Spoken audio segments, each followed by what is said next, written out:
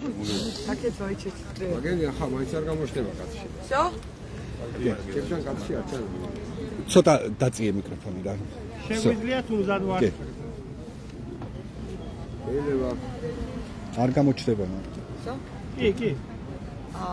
ერთი წლის წინ ამ ქალაქში შინაგან საქმეთა სამინისტროს შენობასთან შენობის შიგნით მოხდა დანაშაული. რამოდენიმე დანაშაული. ერთი ის რომ უკანონოდ მოხდა 11 და 12 იანვარს შარშან 20-მდე ადამიანის დაკავება, აბსოლუტურად უკანონოდ და მეორე ის რომ შინაგან საქმეთა სამინისტროს შენობაში მოხდა ძალადობა დაკავებულებზე მალხაზი რემაძე და მეორე ადამიანზე, ასევე მზია ამაღლობელზე იძალა და ირაკლი დგებუაძე. ერთი წელი გავიდა და იმის მაგივრად რომ დაწყებულიყო გამოძიება შინაგან საქმეთა სამინისტროში შენობის გარეთ და შიგნით მომხდარ დანაშაულებებზე, მაშინ როცა უამრავი ვიდეო კამერა იღებდა თვითონ მათიც ჩვენით შიგნით ამ ყველაფერს, ამის მიუხედავად არ დაწყებულა გამოძიება დამნაშავეების წინააღმდეგ და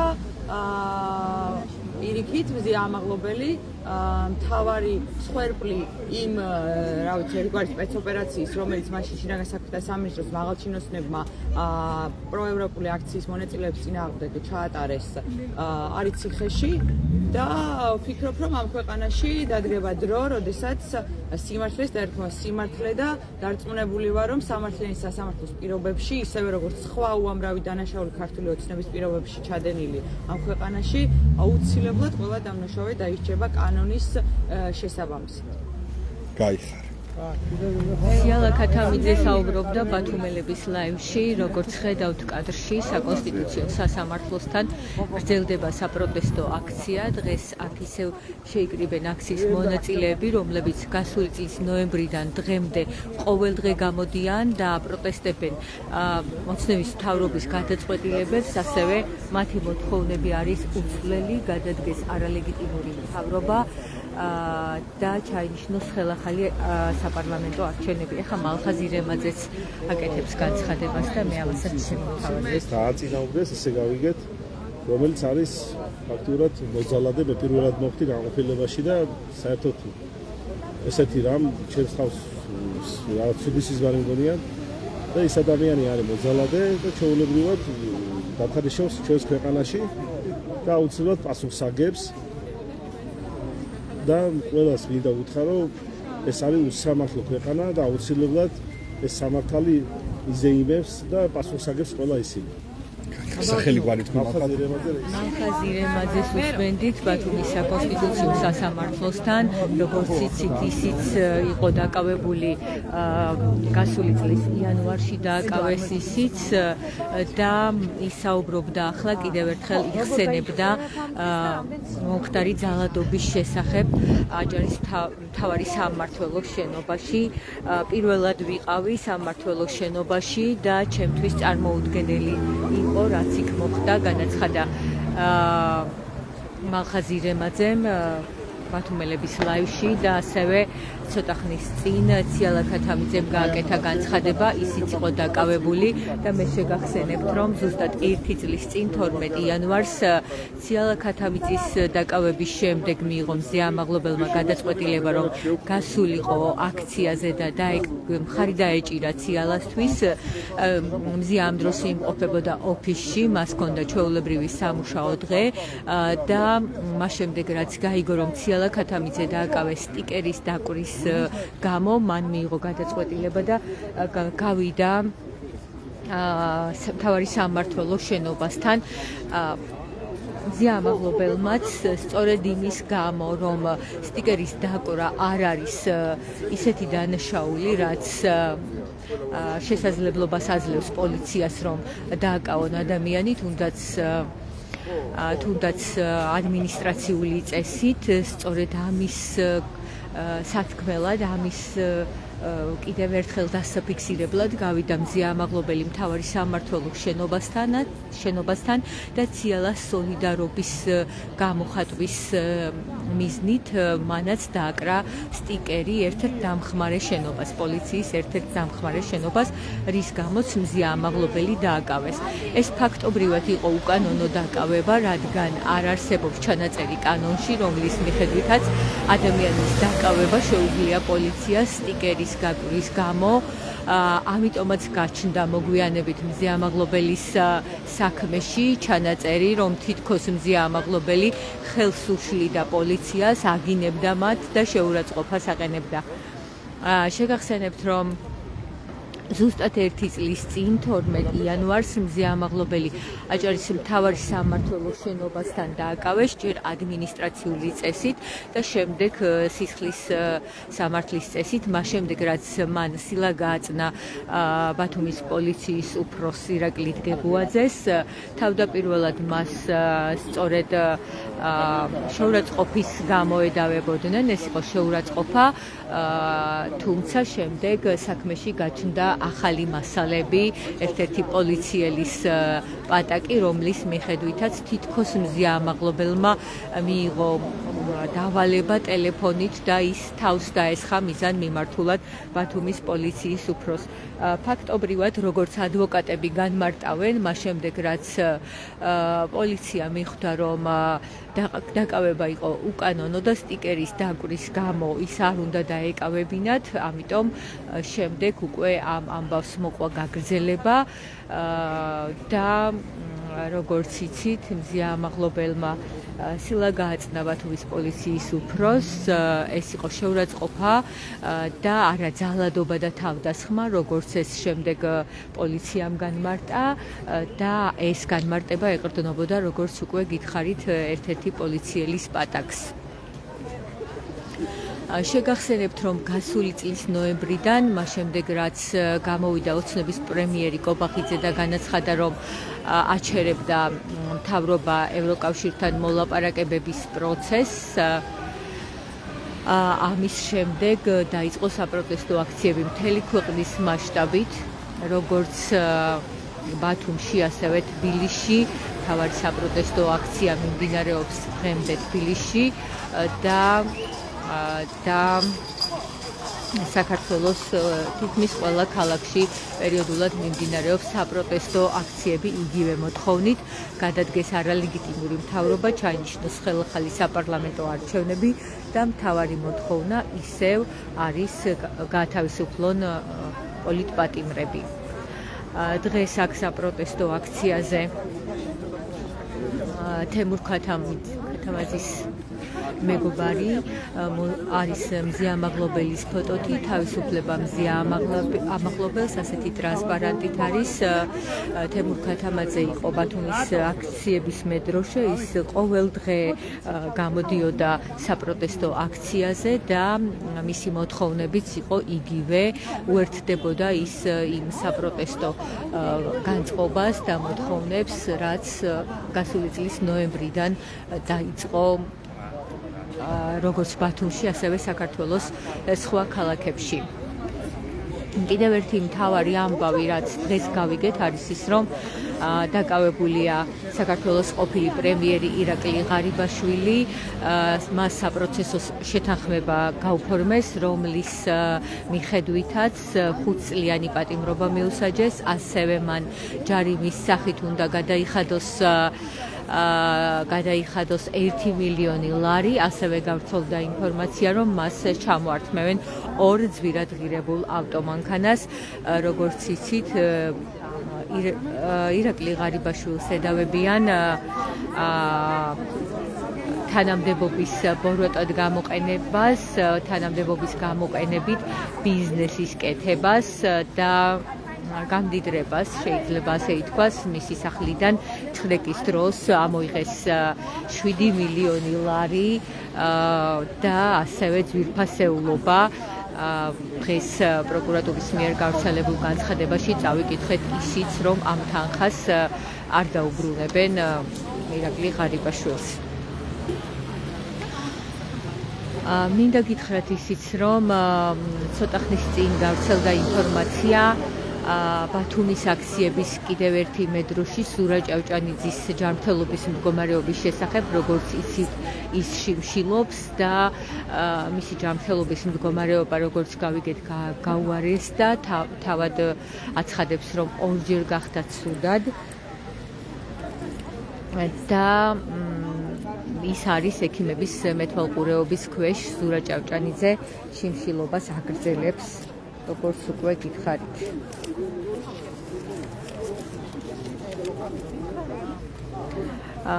ასევე გავიგეთ დღეს, რომ ირაკლი დგებუაძე აღარ არის შინაგან საქმეთა სამინისტროს საერთაშორისო განყოფილების უფროსი, ეს არის პოლიციის ატაშეების უფროსი იყო ის ფაქტობრივად, თუმცა როგორც გავიგეთ, ის გადაიყვანეს განსაკუთრებულ დავალებათა დეპარტამენტის ხელმძღვანელის თანამდებობაზე და აღარ იძებნება ანტიკორუფციული ბიუროს ვებგვერდზე მისი ქონებრივი დეკლარაციები. დღეს ჩვენ მივმართეთ ანტიკორუფციულ ბიუროს, რომ გაგვეგო, რატომ გაქრა ვებგვერდიდან ირაკლი დგებუაძის ქონებრივი დეკლარაციები, რაზეც გვიპასუხეს, რომ ინფორმაცია წერილობით უნდა გამოვითხოვოთ, თუმცა ბიუროს განმარტება ჰქონდა სტუდია მონიტორს, სადაც განმარტებული იყო, რომ მას შეეხო ის შეზღუდვა, რასაც ითვალისწინებს კანონი გარკვეულ თანამდებობის პირებთან მიმართებაში და მას შემდეგ, რაც ის დაინიშნა განსაკუთრებულ დავალებათა დეპარტამენტის ხელმძღვანელად, მისი ქონებრივი დეკლარაცია საჯარო აღარ არის.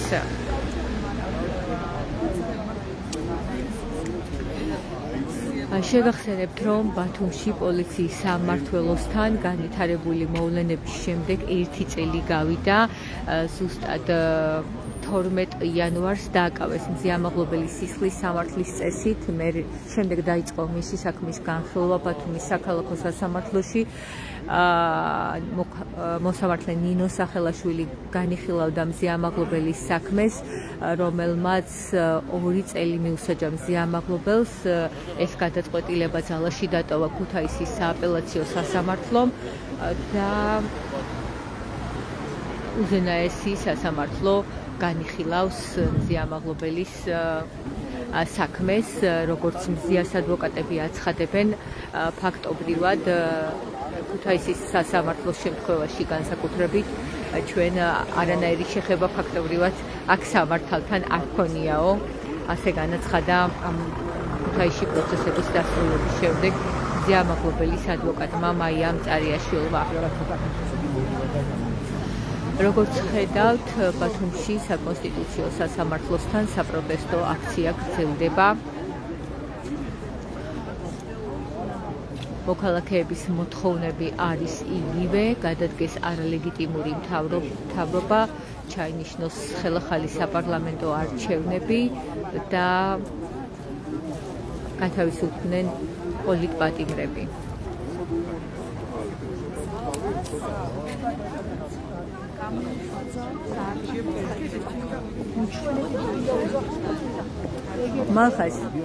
მალხას კიდევ ერთხელ მინდა გთხოვო ბათუმელების ლაივში, რომ შეაფასო ის 1 წელი ფაქტობრივად ბათუმში აქციები იყო მანამდეც დაწყებული, განსაკუთრებით რთული ვითარება იყო უკვე იანვარში, ხო, მას შემდეგ რაც დაიწყო დაპირისპირებები და დაკავებები. რა შეიცვალა მთელი ამ დროის განმავლობაში? ცვლილება ის არის, რომ უფრო და უფრო აწინაურებენ იმ ადამიანებს, ვინც არის პოლიციელები და უფრო და უფრო დიდი წნეხი ადამიანებზე, უფრო და უფრო ადამიანებს რეპრესიაში ამყოფებენ უფრო და უფრო უქმნიან პრობლემებს, ვინც უფრო აქტიურია, თუმცა აგერ ჩანს ფაქტია, რომ არავინ მოახერხეს და ასუსტეს პროტესტი? არა, აი უყურეთ, აი ადამიანები ახლა ყველა ვერ მოდის, კვირაში ერთსაც ვერ მოდის, იმიტომ რომ ყველა თავისი გასაჭირი აქვს, სამსახური აქვს, ხოდა ვერ მაგრამ აი ფაქტის სახეზეა, რომ ხალხი მოდის, ჩერდება პროტესტი და ეს პროტესტი საზოგადოებაში არის ახლა ჩვენი გვაქვს ათასეული კავშირი, ჯდებით სუფრასთან თუ დავი ისლამოსთან გვაქვს, ყველა არის პროტესტში და თან ისეთი ხალხი პოლიციელები და ისეთი ხალხი რომ მართლაც არის ამ მარაზმი ასე ვთქვათ და ხედავენ სიმართლეს, რაც არის ეს სიმართლე გაიმართოს აუცილებლად და ერთადერთი ის არის რომ ამათ აქვს ესეთი რაღაც, რომ აწინაურებენ თითქოს მიყავს ეს ადამიანები აჯილდოვებს, აქ დღეს მაგალითად დღებულადზე დააწინაურებს, ხო? აჯილდოვებენ, თითქოს იცავს თავს ამით და ეუბნება ამათ, რომ და პოლიტიკურად ეუბნება პოლიტიკოსებს, ვინც არის განვითარებული სამყაროს, რომ აი მე შემიძლია რომ ეს გავაკეთო ბოლომდე, თუმცა ბოლოს მიდგება ის საქმე, რომ როგორც ასლამაჩი როგორც ჯოვანაძე მიდივარ სახში როგორ თქვა, აი ისე წავა და ეს ადამიანები ვინც არის პასუხისმგებელი აუცილებლად და მიზეიმებს მთელი საქართველოს როგორც მიზეიმობს ის ერები რომელსაც ჩვენი პრობლემები აქვს. მახაც მოკლედ რომ გითხრა ფაქტობრივად ბოლო ინფორმაციაც იგივეა რაც იყო თვეების წინ შენ საქმესთან დაკავშირებით რომ სინამდვილეში არანაირი გამოძიება ანუ შენი მოთხოვნა იყო რომ რა მოხდა სამმართველოში ეს იყოს გამოძიებული ხო? ხო, დღემდე ვითხოვ ეხლა ფაქტურად გააუქმეს ეს საგამოძიებო უწყება, საერთოდ ახლა პოლიციელებმა რაღაცა დაგიშოვოს, ფაქტურად საგამოძიებო არ არის, უბრალოდ სასამართლო თავიანთია და ვითხოვ ეხლა, მაგრამ არავინ ყურადღებას არ გაქცევს. ახლა რამსულობა ახლა მაგათთვის თან როგორ არის ცით ართულიან დიდად ჩემს დაზარალებას, იმიტომ რომ იქეთ ხელა დანაშაულებია, რომ ჩემი არაფრად აღარ ჩანს და ხალხი მართლა ახლა ჩემს თავზე არც მინდა საუბარი, ხალხი დალეწეს, დასისხლეს, ახალგაზრდები ზიან, შიმშილობენ და ესეთი დიქტატორული რეჟიმი ავტორიტარიზმია, ბევრი ვერ ცდება ავტორიტარიზმის არს, თუმცა გძნობს თავის გაჭირვებას, როგორ მუშაობს, როგორ წვალობს. თუმცა აღარ ის გამოძიება ფაქტურად პოლიციის უფროსმა იძალა და დღეს ის წაიყვანეს საჭარიდან და იქეთ აწინაურებენ და რაღაცა აძლევენ მიმართოს რაღაცებს და აი ყველა ხდება ყველა გძნობს და ანუ სასი დაზიანება ჩემია იმ დღეს ახლა რო დაგვიჭირეს დღევანდელი დღე 1 წელია ხო აი ზიას დღეს ვეძახი რომ დაგვიჭირენ ფაქტობრივად დაზიანება არის დაფიქსირებული მაგრამ არანაირი გამოძიება დაზიანება თვითონ არ უნდა დავას ისინი ხო ისე მოქმედებენ და აზიანებენ ადამიანებს რომ არ ჩაგისწრებენ და ესე მოხდა რომ არანაირი გამოძიება და სხვადასხვა მე არ ვარ ბათუმში როცა თარეშობდა ეს ადამიანი ბევრს აზიანებდა და უბრალოდ ისინი ვერ ამბობდნენ მაგრამ მოვადრო ყველა ამას ხამაღლა იტყვის. მადლობა. მალხაზ ირემაძე საუბრობდა ბათუმელების ლაივში, ის არის ერთ-ერთი დაზარალებული იანურის საქმეების და თამარს მინდა ვთხოვო, ახლა ჩაგვერთოს თამარ ცოტა აქეთ თუ გამოხვალ. თამარი საიას ბათუმის ორგანიზაციას ხელმძღვანელობდა, მის ხელში გაიარა შეიძლება ითქვას ყველა საქმემ, რაზეც აქ საუბრობენ, დღეს იხსენებენ ზუსტად იმ დღეებს დაზარალებულები შეიძლება ითქვას, ხო? ისინი იყვნენ დაკავებულები, ბევრი მათგანი ძალადობაზე საუბრობს, დაჟარიმებულები და ასე შემდეგ. აი იმ ერთ წელს, რაც გავიდა გასული წლის იანვრიდან დღემდე, როგორ შეაფასებდით თამარ, რამდენად დრამატული იყო, როგორ განვითარდა მოვლენები?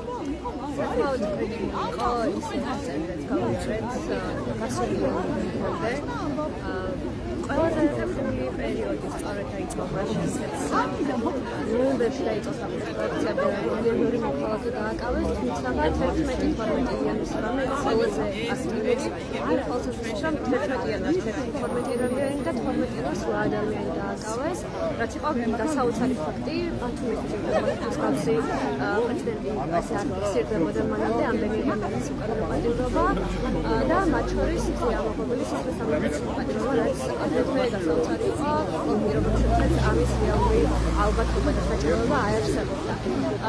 ნამდვილად რთული პერიოდი იყო ხალხისთვის, რომ ამ დროის განმავლობაში ყველა სასამართლო პროცესი, რომელიც მიმდინარეობდა, არ ყოფილა სტანდარტს, რაც არის ათენი საერთაშორისო პრაქტიკი, არსებული პრეცედენტები და პრინციპები და ყველა ამ პროცესზე მოსამართლე არ ეყოლებოდა იმ პროცედურას, რომელიც საქართველოში იყო. ან საერთოდ არ ჭირდებოდა მოკითხება და შეიძლება გაუძლებლად სწორედ ჩვენში და ბუნებრივია ჩვენთან ყველაფერს მოყოლოდა ვიცი გასაჩივრება, აპელაციის წესი. ყველა ეს საქმე წავიდა ქუთაისის აპელაციურ სამართლოში, თუმცა არც ერთი მათგანი არ შეცვლილა და არ ყოფილებულა და ბუნებრივია ჩვენ შეგვიძლია სხვა ალტერნატივას ვიქრი და მივიღეთ განცხადება საკუთარ ნაწილის უკვე ადამიანის სამართლოში გასაჩივრებით. და საკუთარ ნაწილი ასევე გაფორმებული არის ადამიანის სამართლში, ჩვენ ველოდებით მასზე მონაწილეობის მიღებას და მათ შეფასებას უკვე ევროსამართლოს მხრიდან. ბუნებრივია საკმაოდ ხანმოკლე პერიოდი იყო იმ ფასში, რომ იურისტებს ყოველთვის მოულოდნელი რომ სასამართლო პროცესში შევდივართ იმ მოტივით, რომ თქვენი პროცესება რეალურ შედეგს გამოიწვევს და მოსამართლე ფედერალობაში მიიღებს ჩვენს არგუმენტაციას. თუმცა ბოლო პროცესებზე უკვე ვიცოდით, შეიძლება რა განწყობას მიიღება მოსამართლე და ფაქტობრივად წელიწადი განწყობით შევდივართ სასამართლო დარბაზში და რეალურად მოხდებოდა ფედერალები და ყველა პირთან მიმართებით იყენებდნენ იმას თავის დროზე პროცესში და შემდგომ უკვე ადმინისტრაციულ პატიმრობას ხუთით და შემდგომ დღეების რაოდენობაც გაიზარდა, იმიტომ რომ კანონმდებლობაც ისე შეიცვალა, რომ მოსამართლეს მიწის საშუალება უფრო მკაცრი მექანიზმები გამოიყენებინა, იმდენად მარტივი მოქმედებებით, რომელიც შეიძლება გზაზე ვთქვათ პროცესის გამოხატვა ყოფილიყო ერთიანი რაც თავისუფლება გამოხატვის თავისუფლების ფაქტად შედგენადების უფლება, საკუთარი ხმა, ხელისუფლებას მიეწყვინოს, ინფორმაციით, რომელიც ყველაზე მეტად ასე ვთქვათ მისაღები იქნება კონკრეტულ მომენტში და რომელიც რაიმე ტიპის სხვა ტიპის დაზიანებას არ გამოიწვევს და სწორედ ესე იდგნენ ადამიანები გამოხატებენ პროტესტს, არ აღუდგნენ სხვების უფლებებს, არანაირი საფუძვლიანი გარემოება არ არსებობდა, რომელიც შეეხავდა სხვა ადამიანის უფლებასა და მდგომარეობას, თუმცა სასამართლო მაინც იყენებდა მათ წინააღმდეგ მექანიზმს, როგორც არის ადმინისტრაციული პატიმრობა, ან ჩარგმა, რომელიც კანონით მოხსენებული იყო და რომელიც გამოყენების შეიძლება მაშინ მოსამართლეს ჰქონდა. თუმცა უნდა აღიქვას ისიც, რომ მოსამართლეს შეიძლება გამოიყენოს ყველაზე მარტივი ფორმის სანქცია, თუმცა სიტყვიერი გაფრთხილება, თუმცა საზღვაო რამასაც კი არ იყენებდა მოსამართლეს, სიტყვიერი გაფრთხილებითაც კი არ იყენებდა, მიუხედავად იმისა, რომ ეგონი საერთოდ არ იყო რაიმე ტიპის თამაშები, საერთოდ არ უნდა იქნებოდეს პირების სამართლო დარღვევებად, მინიმალური სანქციის ფორმის გამოყენებასაც იუერთებოდა და საკმაოდ ასე ვთქვათ ძიმე სანქციის ანუ ფაქტობრივად კაცრი ზომიდან იწყებდნენ მოსამართლეები. თამარ, კიდევ ერთ საკითხზე მინდა გკითხო, საიაზე და სხვა უფლებადამცველ ორგანიზაციებზე ფაქტობრივად დააწილდებოდა იმ მოქალაქეების საქმეები, რომლებსაც არ აქვს შესაძლებლობა, რომ იურისტი დაიქირავონ რაღაცა შესაბამის კომპანიას მიმართონ და მიიღონ შესაბამისი მომსახურება. მე მაქვს პირადად ნანახი, როგორი რიგი იდგა მოქალაქეების მაგალითად საიასთან. ჩვენ ვნახეთ ასევე თითქმის ერთმანეთის მიყოლებით განცხადებები სხვადასხვა ორგანიზაციის, რომ მათ აღარ აქვს შესაძლებლობა, რომ განახორციელონ ეს საქმიანობა. სად არიან ახლა ის მოქალაქეები, ვინ ეხმარება მათ, თუ გაქვს ინფორმაცია, რა ხდება ამ კუთხით? ეს ნამდვილად საკითხული სიტუაცია, ჩვენ მაშინ კიდევ მასთან დაიწყო კანონის გასაკეთება, იმაზე რომ ადრეულიან უფლებადამცველ ორგანიზაციები აღარ განახორციელებენ საქმიანობას და ამ ადამიანებს მოუწოდათ მარტო დარჩენა კანონის ციხეში და ესეც არის რეალურად, იმიტომ რომ სულ ყოფილად ფაქტობრივად ინფორმაციას ადამიანები έχουν დახმარებას, ისინი მიმართავენ სასამართლოს და სასამართლო პროცესია ამის სამართლად და პირდაპირ მოახერხებენ, რომ მიმართონ თუნდაც სასამართლოს. ბევრი ალბათ ვერ. იმიტომ რომ ეს ყოფილი საკმაოდ დიდ ხარჯს სამხალხო ორგანიზაციები ამ ადამიანებს სრულად უსასყიდლოდ უწოდებენ ნებრივ დახმარებას. მოკლედ მომზადების ნაწილში ფაქტობრივად სრულად ეხმარებოდნენ და რიგ შემთხვევაში საქმის სპეციფიკიდან გამომდინარე მათ სასამართლო წარმოებაშიც კი ვიყოფოდნენ და უწოდებდნენ ადვოკატირებას. თუმცა ბუნებრივია ესე მართლმადიდებლობის ხალხზე ვერ მოახერხებს ამას. იმიტომ მინიმუმ კონსულტაციაც კი მნიშვნელოვანია, რომ იცოდეს კონკრეტული кейსი, კონკრეტული საქმე, რა სამართლებრივ ექსპერტანია, რა სპექტრის შეძროობა ექნება მას და უხოშო კონსულტაციის მიღებაც კი რეალურად პრობლემა გახდა მისთვის, ადამიანებისთვის, ეს საკმაოდ დიდი რაოდენობა ადამიანები და რა თქმა უნდა ისრა ისეთი დამოუკიდებლად მათ გაუჭირდება პეტროლოგიის ყველა ეტაპის გავლა, ყველა ინსტანციის გავლა და საადვოკატო პროცედურის მიღება. მათ საადვოკატო პროცედურის CNN-ის გავრება, როგორც სახსენებას და სამხალხო ორგანიზაციები ამ ყოველთვის მათთვის პროცედურა. აი როგორც არა მხოლოდ იურისტი, რომელიც ამ ყველაფერში მონაწილეობდი, როგორც მოქალაქე, როგორ ფიქრობ, რა შესაძლებლობა დარჩათ ამ ადამიანებს, რა უნდა გააკეთონ? მთლიანად მოქალაქეებს რისი შესაძლებლობა დარჩათ ასეთ პირობებში? ასეთ შემთხვევაში საკუთარი აზრის დამოუკიდებლობის ის ყველა საშუალება, რომელიც არსებობს, უნდა გამოიყენოს მოქალაქე. ერთ-ერთი საინტერესო კაზუსია იურიდიული ლიტერატურაში ხშირად იყენებენ ხოლმე და ლექციაზე გამოიყენებია, რამდენიმე უფლებაა ჩამოწერილი, სიცოცხლის უფლება, თავისუფალი გადაადგილების უფლება, არაერთი უფლება და მოგოხდეს საკითხებია ხოლმე, რომელი უფლებას დაიტოვებდი ერთი უფლების დატოვის უფლება რა ჰქონდეს და ყველა სხვას ჩამოართმევენ ეს შემთხვევაში და პასუხი ამ მოცანაზე ამ კაზუსზე არის, რომ ისინი ტოვენ გამოხატვის თავისუფლებას. სწორედ ამიტომ მართლობს გამოხატვის თავისუფლება, რომ ყველა ის აქტიური უფლება, რომელიც მოხდეს აქვს, სწორედ ამ უფლებით დაიბრუნონ და ღია დააფიქსირონ საკუთარი პოზიცია დარღვევებზე და მოითხოვონ ამ დარღვევების აღდგენა და თავის უფლებების აღდგენა. ამიტომ მგონია, რომ გამოხატვის თავისუფლება, რომელსაც სამწუხაროდ ჩვენ გვისწავლა არაერთი სამართლებრივი აქტით არის, ფაქტობრივად ერთადერთი საშუალება, რომელიც ჩვენ გვაქვს საშუალებას, რომ დარღვევები აღდგინოთ და გქონდეს განსახარების ცხოვრების რეალური შეფასება. მადლობა. მადლობა. თამარ წულუბიძე საუბრობდა ბათუმელების ლაივში, ის იყო აქციაზე დაკავებულების ადვოკატი, ფაქტობრივად ყველა საქმე, რაც იყო ადმინისტრაციული წესით და უკავშირდებოდა აქციაზე დაკავებულებს, გაიარა მის ხელში, ის იცავდა ასევე აქციის მონაწილეებს, რომლებიც დააჯარიმეს. მე შევეცდები, რომ ისევ მოგცეთ შესაძლებლობა, რომ მოისმინოთ აქ აქციაზე შეკრებილების მოსაზრებები. ბატონო ლევან, თქვენ მინდა გთხოვოთ, რომ შეაფასოთ ის ერთი წელი, რაც იყო გასული წლის იანვრიდან დღემდე ბათუმში განვითარებული მოვლენები არის ამ შემთხვევაში ჩვენთვის ფოკუსი. მოხერხდა ის, რომ რაც ხდებოდა მთელი ამ დროის განმავლობაში, ამან მოახერხა ის, რომ რამენაირად შესუსტდა პროტესტი, აი ამ კუთხით რაიმე შეიცვალა თუნდაც ჩვენს ქალაქში. ფაქტი აგერა, ხალხი ხო წვიმა, თოვლია, სიცივეა თუ კარგი ამინდია, ხალხი გარეთაა. არც ერთი დაკავებული არაა რომ გატეხილიყო, ხო? ფაქტი არის ფაქტი, ახლა ფაქტს ვერ გავექცევით. ეს იმიტომ რომ ადამიანებმა იციან რომ სიმართლისთვის იბრძვიან, მისი ქვეყნისთვის იბრძვიან და მათი შვილების მომავლისთვის იბრძვიან, ხო? მდინარე აქედან ჩვენ ცოტა კი გვეჩქარება რა თქმა უნდა, ქვეყნისთვის სულია რომ ეს ყველაფერი იწერება, ასე ვთქვათ, მაგრამ ახლა ზუსტად მაგ თემაზე საუბრობთ, რომ ერთხელ ძალიან კარგი რამე მოხდა. რა, ამ დრომ ამ ერთმა წელიწადმა ჩვენ რა მოვხდა?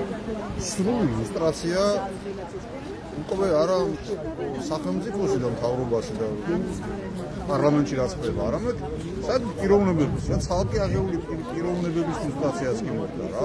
ეს პატარა საქმეა რა. ფაქტიურად სამომავლოდ სამართალ დამცველებს გაუადვილდებათ მუშაობა, ასე ვთქვათ. ქვეყნის გამყიდველების გამოვლენისათვის, ხო? მომავალში.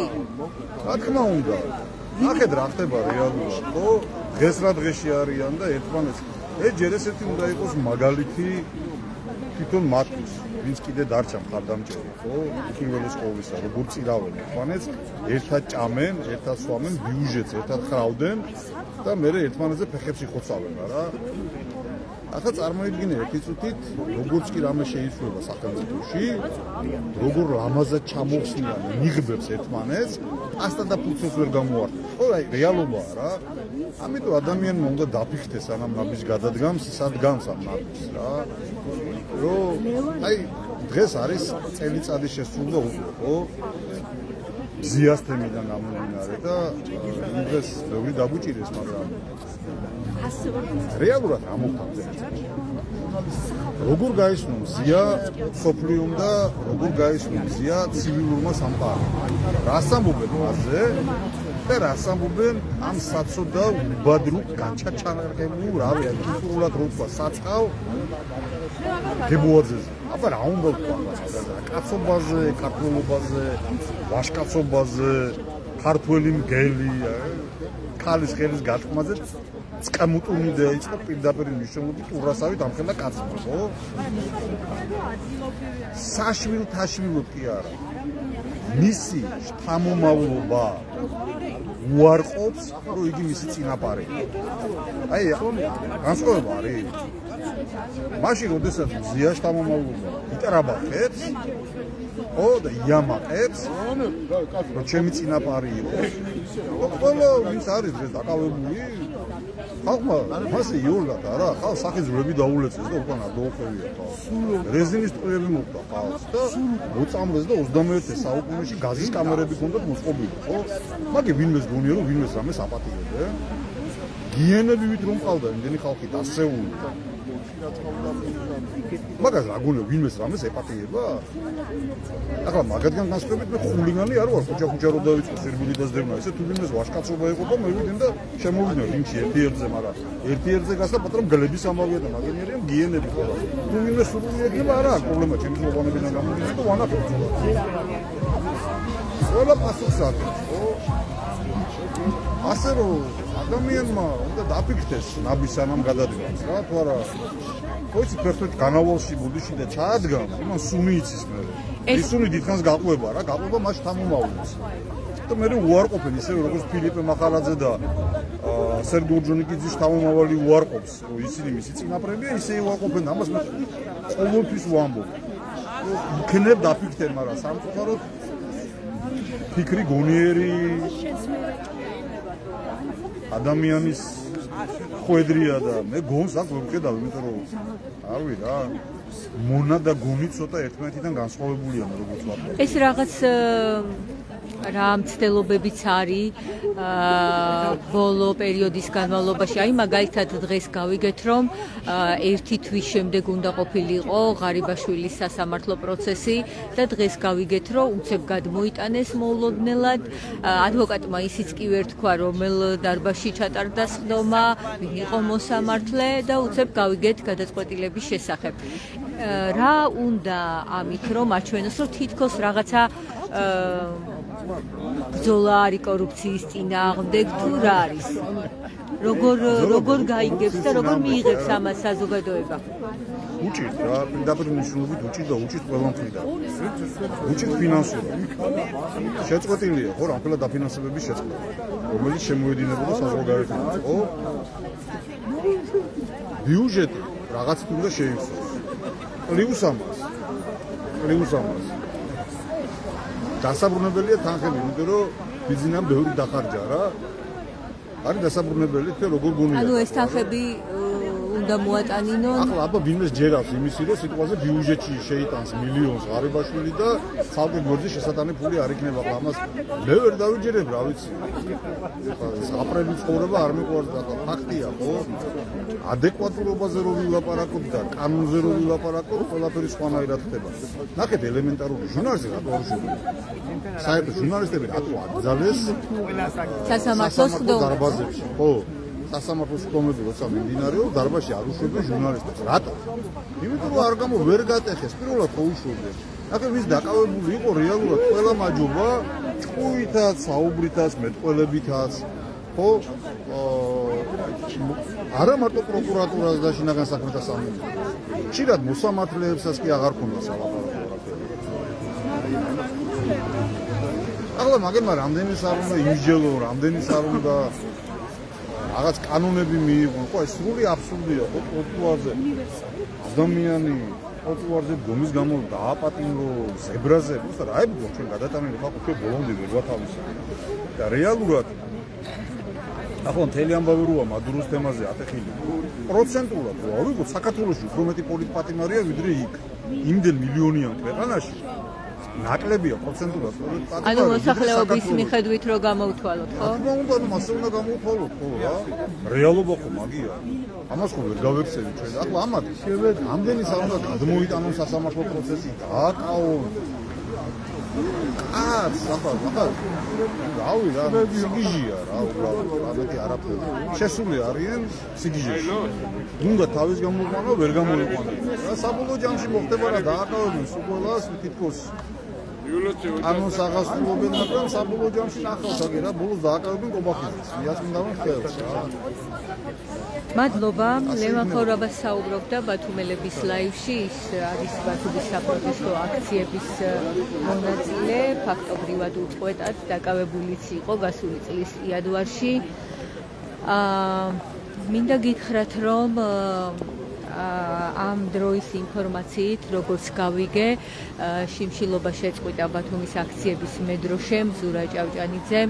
რამდენიმე დღის წინ მას მზია ამაღლობელმაც მიმართა და სთხოვა, რომ შეეწყვიტა შიმშილობა და გაფრთხილებოდა ჯანმრთელობას, რადგან როგორც უთხრა მას მზიამ ის ბრაზი არსად წავა, რაც ჩვენ გვაქვს და ამ შიმშილობით ამ ბრაზს ვერ გავაქრობთო. ასეთი იყო ზურა ჭავჭანიძის მიმართ მზია ამაღლობელის მიმართვა. მზია ამაღლობელის სიტყვებით იბრძოლეთ სანამ გვიანი არ არის აქციის ერთ-ერთი მონაწილე მოვიდა და როგორც იცით, მზია ამაღლობელი ციხიდან გამოაგზავნა წერილი, სადაც წერდა ის სწორედ ამ სიტყვებს იბრძოლეთ სანამ გვიანი არ არის და მოუწოდებდა მოქალაქეებს, რომ გაეგრძელებინათ ბრძოლა ქვეყნის ევროინტეგრაციისთვის. მინდა გითხრათ ასევე, რომ რამდენიმე წუთში, ზუსტად 8 საათზე, დღეს თბილისში მარჯანიშვილის მოედნიდან დაიწყება საპროტესტო მარში მზია ამაღლობელის გათავისუფლების მოთხოვნით. მზია ამაღლობელის მხარდამჭერები, მისი მეგობრები ისევ აპროტესტებენ მზიას დაკავებას და მის მიმართ გამოტანილ უსამართლო გადაწყვეტილებებს და საპროტესტო აქცია მარში მსვლელობა გაგრძელდება პარლამენტის მიმდებარე ტერიტორიამდე, როგორც ვიცი. საპროტესტო აქცია გრძელდება ბათუმში საკონსტიტუციო სასამართლოსთან. აქ დღეს არიან როგორც საპროტესტო აქციის მონაწილეები, ასევე სხვადასხვა პარტიების მონაწილეები. ისინი აქ მოდიან ყოველ საღამოს და მათი მოთხოვნები, როგორც იცით, არის უცვლელი. გადადგეს არალეგიტიმური მთავრობა, ჩაინიშნოს ხელახალი საპარლამენტო არჩევნები და გათავისუფლდნენ სინდისის პატიმრები.